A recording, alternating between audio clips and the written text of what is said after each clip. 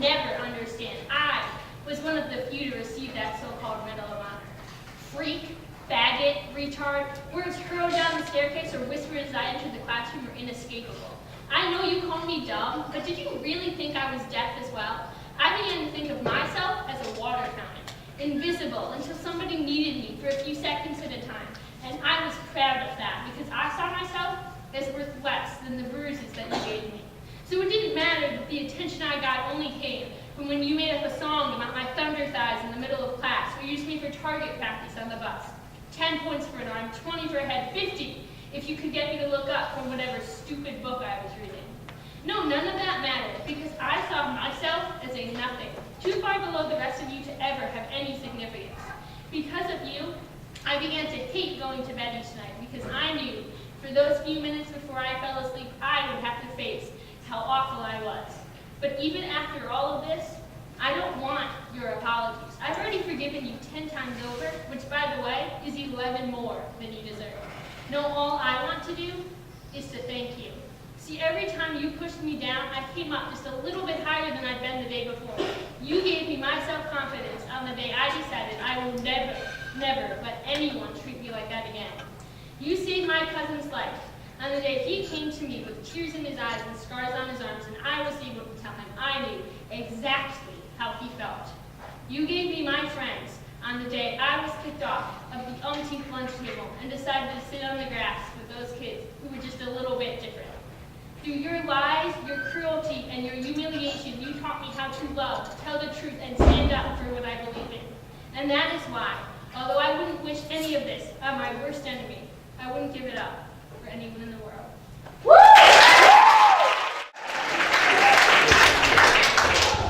Right.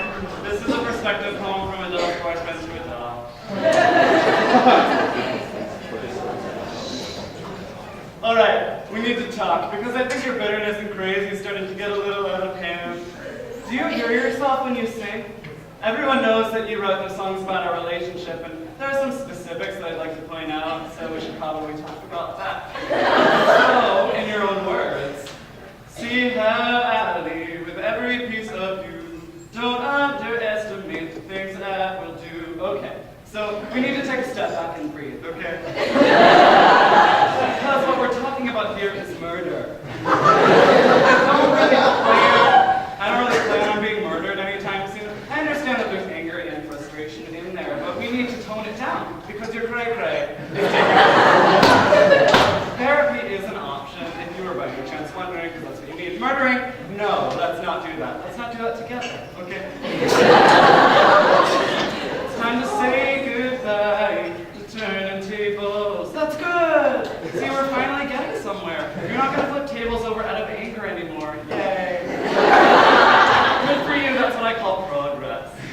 You have my heart inside your hands. You No, I would never touch anybody's heart, even if it's yours, okay? That's just gross. Somebody thinks a little too highly of themselves. You were born and raised in a summer haze. No, we were not.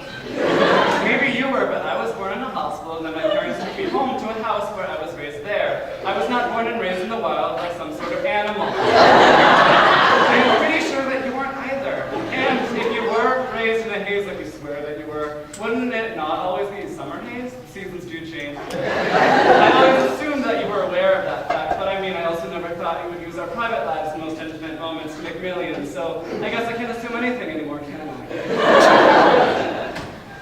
Or hide from the light.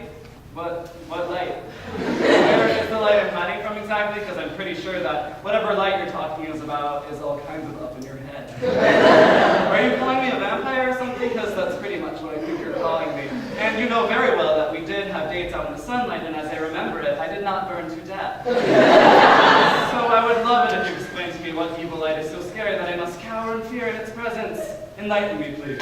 I set fire to the rain. Do you now?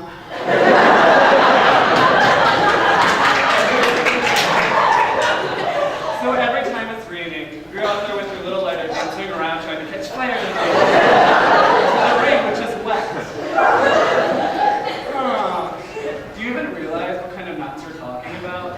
And even if you did happen to catch the rain on fire, then it would be pouring fire on top of you. Now, I appreciate heat as much as the next person, you know, likes to get my hands on, but I would not choose to have a small clumps of fire falling on top of me. Now I'm going to take the time again to tell you that therapy is a viable option. So, just to get my point across, rumor has it you need some serious help, seriously.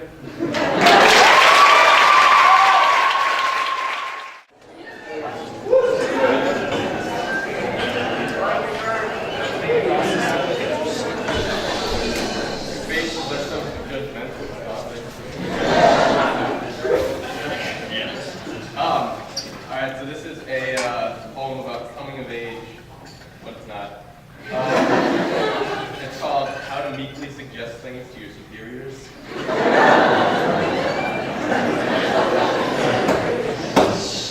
Alright. Hey! Excuse me, boss.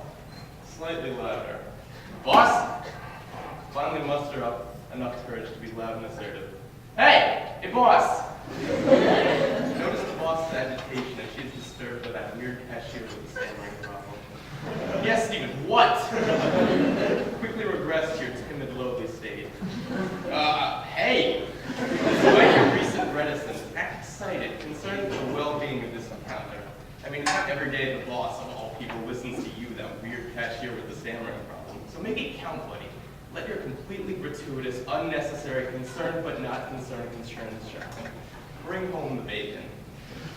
So, I saw what just transpired over there, and yeah, what an unruly customer. Yeah, he was like, unruly. Defecating on the floor of the marshal's bathroom. The nerve of some people. Think about how much pleasure it would give you to see Sandy cleaning up poop in the bathroom. God, she sucks. So, what'd you want? So, like I said in that sentence back there, I saw what happened, and to maybe, like, avoid that problem with customers in the future, like, trail off. Let the anxiety pump through your veins. Watch if your shot of being of any remote value to your superior explode, much like the unruly customer in the Martian. Yes, come on. Allow the superior enough time to become weary and frustrated by your inability to articulate a sentence. And really, I was thinking that maybe gaze with casual dejection as your superior abruptly leaves, wondering if management does background checks on the mental incapacity of its employees. Marvel at what a pushover you are. Toil and marshals forever.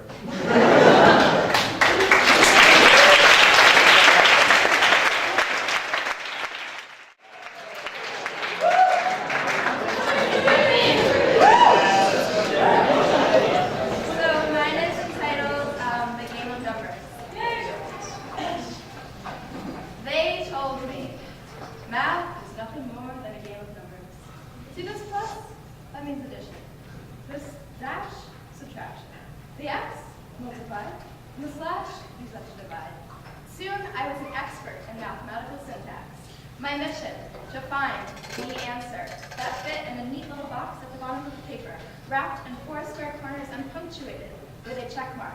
And every time I presented them with what I thought was the answer, they told me, the answer is nothing you are capable of understanding. Go back to your mindless, we mean meaningful computations. Math is nothing more than a game of numbers. It was maddening. The answer was always out of sight.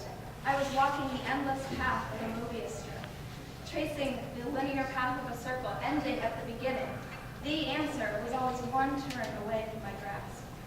I continued to bring them boxes of digits, neatly wrapped with 4 square corners, punctuated with those beautiful red check marks. And I would say to them, wow, this is amazing. What does it mean? But they said, no, you must never ask questions. The less you try to understand, the happier you'll be. Math is nothing more than a game of numbers. I tried loopholes, dividing by 0 and converting irrationals to fractions. I tried merging the infinite with the finite, the imaginary with the real. I tried to navigate the maze of the Mobius strip, I tried to understand, but they saw I was trouble, and so they filled my blank notebooks with problem after problem and force-fed me meaningless formulas. A squared plus B squared equals C squared. B equals BA cos theta. V equals R omega. Greek symbols and harsh italics that congealed in my throat until all I could pop up were skeletal boxes with 4 square corners. But I swept up these crumpled boxes and tucked them away in the lit corners of my pockets. And in the safety of my kitchen, I took them out and I played with them, rearranging the numbers and variables into elegant patterns, lacework fractals, infinite geometries. And I said to the world, wow, this is amazing. Why did that work? But they heard me. They shook the earth and pounded the skies and yelled, no, you may not ask questions. The answer is nothing you are capable of understanding. Math is nothing more than a game of numbers. But I couldn't contain my curiosity. The answer beckoned to me, calling with a promise to reveal the secrets behind these deceptive digits, the bold assertions of Pascal's triangle, the trigonometric harmonies of the unit circle, the elusive infinity. I could no longer control my excitement. What does this mean? Why does this work? What is the answer? They leaped from their seats and raised their fists and cried, no questions. But I was tired of their mindless computations and their claustrophobic boxes with 4 square corners. The answer is more than calculations and formulas. The answer cannot be captured with the tip of a pencil, cannot be evaluated by a single check mark, cannot be computed with the most powerful calculator. So just tell me, what is the answer?